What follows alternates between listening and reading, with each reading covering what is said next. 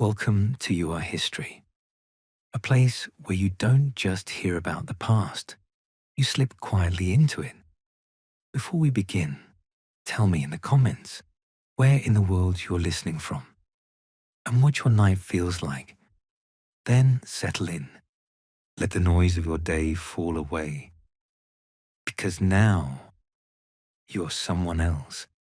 You are a deep sea diver in the 1800s. Not a man remembered in books, not a name recorded in any official ledger. Just one of the few willing to go down where the light no longer follows and walk where others will not go. It is the mid-19th century, off the cold grey coast of northern England. The North Sea stretches out around you, flat, dark, and heavier than it should be. Not blue, not clear, just a shifting surface that gives nothing away. You have stood beside it many times, long enough to understand that it does not reveal anything willingly, only takes and keeps. A cargo vessel struck something in the night, not far from shore, but far enough. It did not sink cleanly. Now it rests below the surface, tilted, broken, its lower hull swallowed by the dark. There's something still inside it, a small strongbox, locked, heavy, important enough that it cannot be left behind. You were told that much. No more. You are not paid to ask what is inside, only to bring it back. The crew cannot reach it. The water is too deep, the damage too unstable. So they send you. They always send you. Because you are steady. Because you do not panic. Because you know how to stay where you are, even when everything in you wants to move. That is what they say. That is what they believe. The suit waits behind you.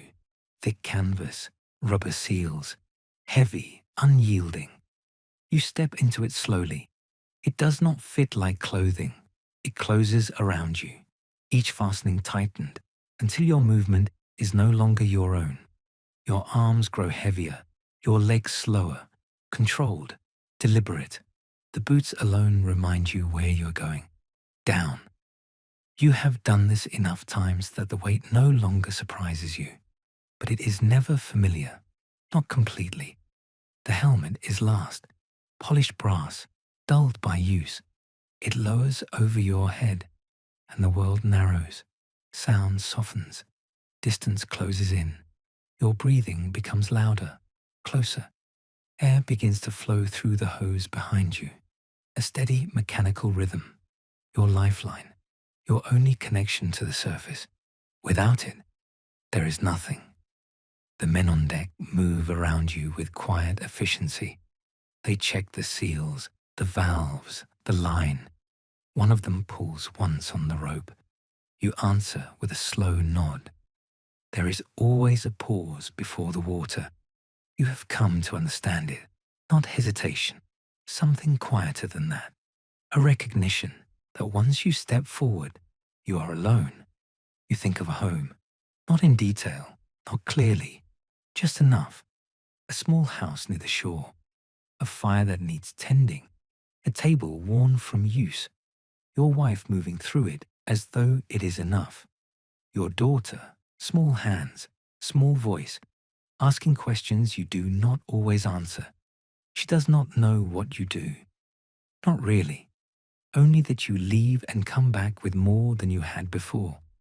Enough to keep things steady. Enough that your wife does not ask you to stop. You step to the edge.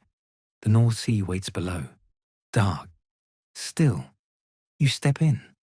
The cold reaches you instantly. Not sharp, but deep. It settles through the suit, through the layers, until it becomes part of you. You begin to sink. Slowly, the rope tightens above you. The ship fades. The sky fades. Light fractures, becoming dimmer, greener, uncertain. Your breathing fills the helmet. Steady, measured, too loud for how quiet everything else has become. You have learned to focus on it. The breath, the rhythm, the only thing down here that belongs entirely to you. The deeper you go, the less there is to see. Shapes replace detail. Light becomes suggestion. And below you, something takes form. The ocean floor. Your boots touch down with a soft sinking weight. Silt shifts beneath you. The ground does not hold you, only receives you. Ahead of you, the wreck. It rises slowly from the dark. A shape first, then edges, then something unmistakable. Wood, iron, broken open, waiting. You approach. The hull is split along one side. Wood bowed outward, iron twisted, a wound that never closed. You place your hand against it. It gives slightly beneath your glove, softer than it should be. Time has worked through it. Water has reshaped it, taken something solid and made it uncertain. You move along the side, each step measured, breathing, step, breathing, step, until the break widens into something you can enter. You stop at the opening. There is always a moment like this, before going further, before committing to what you cannot see. You remember the other dive. You do not try to. It comes on its own. The water had been clearer then. The work routine. Another man ahead of you. He had been talking before the descent. Joking, confident, certain of himself. It had not lasted long. The line had begun to move strangely. Short pulls, uneven. Not signals. Not anything you were taught to understand. You had watched, waited, told yourself it would settle. It did not. The movement became frantic, striking, again and again and again, as if he were answering something you could not hear, or trying to get away from something you could not see. When they brought you up, he did not come with you. They said he panicked, that it happens, that the water gets into a man's head. You had nodded, because there was nothing else to say. But you remember the way the line moved. You remember that it did not feel like panic. It felt like response. You remember the sound of it through the structure, not random, not wild, measured, repeated, like he had found something, or something had found him. You had stayed where you were. You had not gone toward him.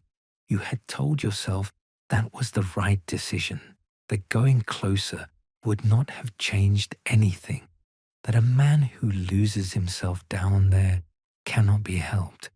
That is what you told yourself. That is what you still tell yourself. You take a breath, slow, measured, and step inside the wreck. The space closes around you.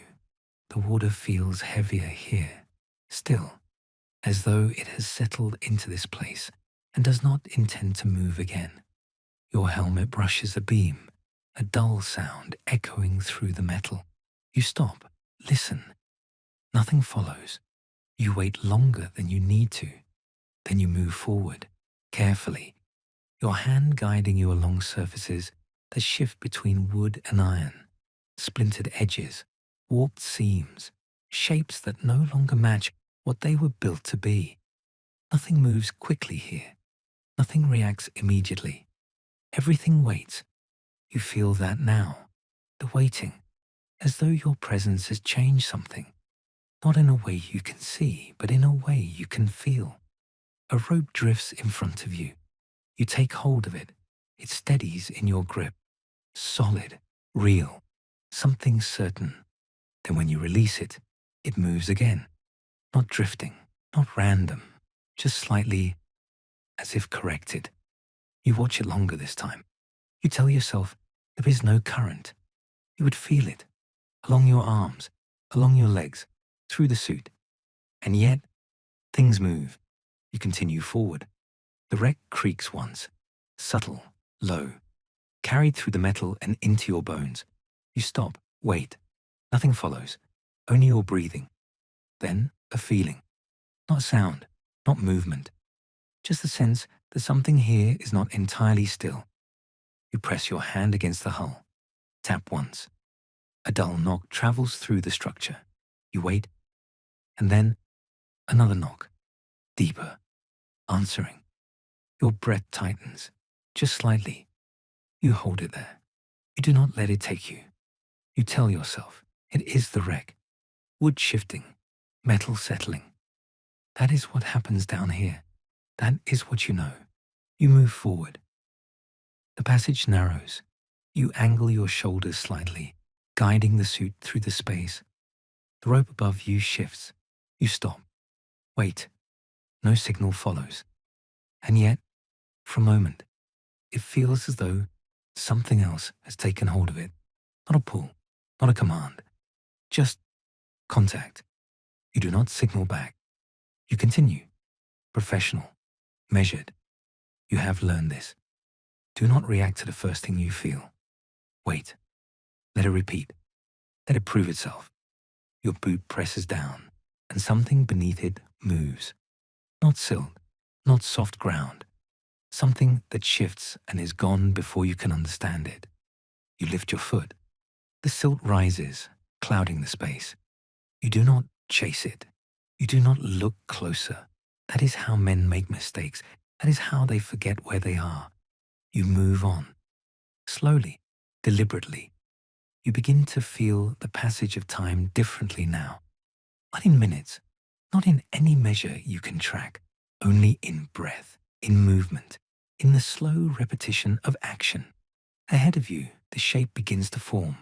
The strongbox, partially buried, waiting. You step toward it. The rope tightens. Once, then again. You stop immediately. That is a signal. It should be, but nothing follows. The tension holds, just long enough to be certain, then releases, slowly, as though something has let go. You do not look up. There's nothing to see there, only distance, only light fading into something you cannot reach. You kneel slightly, begin clearing the box. The silt lifts in slow clouds around your hands. It spreads, thickening the water, reducing everything to shadow and suggestion. Behind you, a knock, closer, inside the space with you. You do not turn. You wait. If it repeats, then you act. You hold still long enough for your breathing to steady again. It does not come. But the water feels different now, less empty. You feel it along your back, along your shoulders, as though something has moved into the space behind you and chosen to remain there. You pull the box free. It shifts with resistance, then gives. The silt erupts around it in a slow, heavy bloom, and within that cloud, something moves, not clearly, not fully, but enough that you stop, enough that you feel it before you see it. A disturbance that is not yours. You hold a box where it is. You do not lift it. You do not turn. You wait for the silt to settle. Slowly, it begins to fall. The shape disappears with it, but the feeling does not. The rope tightens again, stronger this time, enough to pull at your shoulders. You hold position. You wait for the pattern. It does not come. It releases.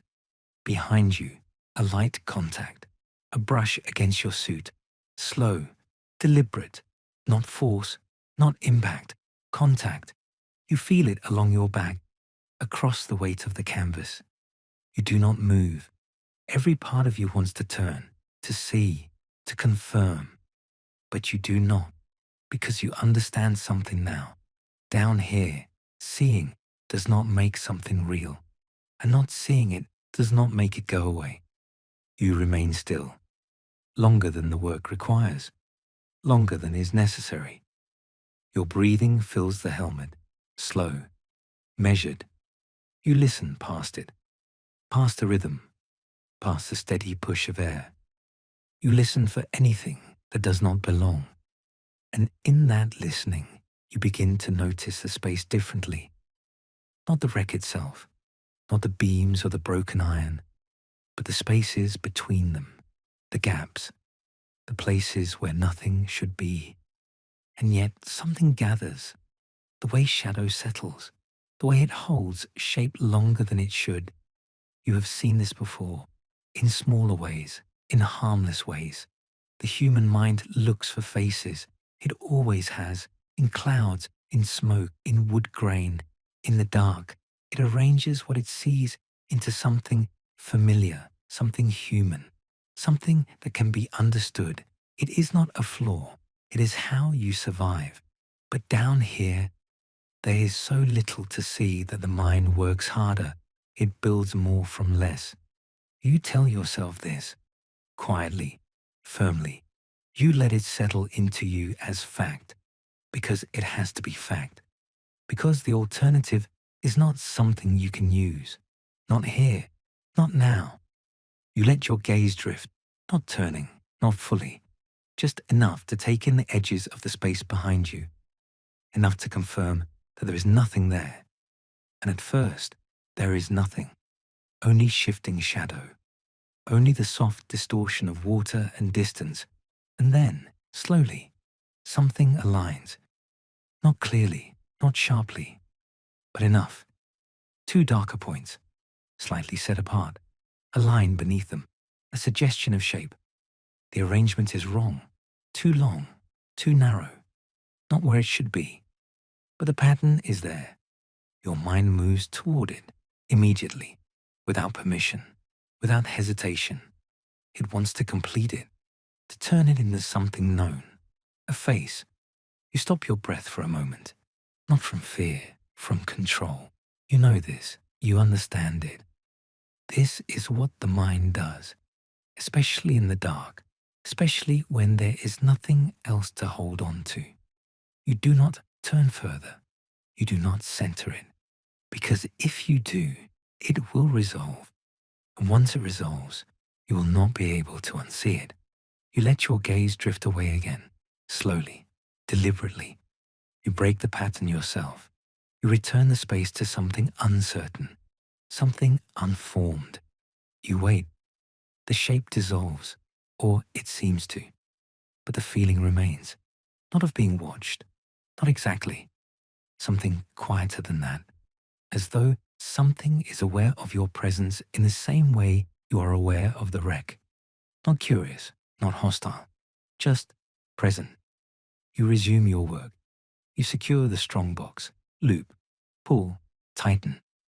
Your hands move with precision, familiar, repeated motion, something your body understands even when your mind begins to wander.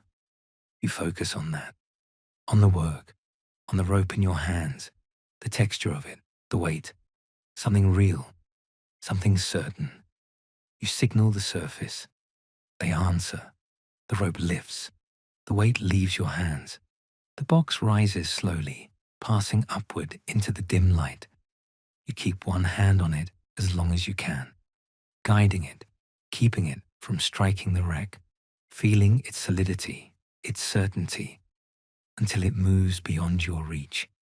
Gone. Return to the world above.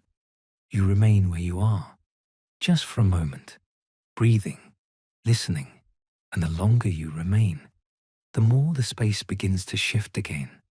Not physically, not in a way you can point to, but in the way it settles around you, as though it has adjusted to your presence, as though it has made room for you, and now no longer needs to.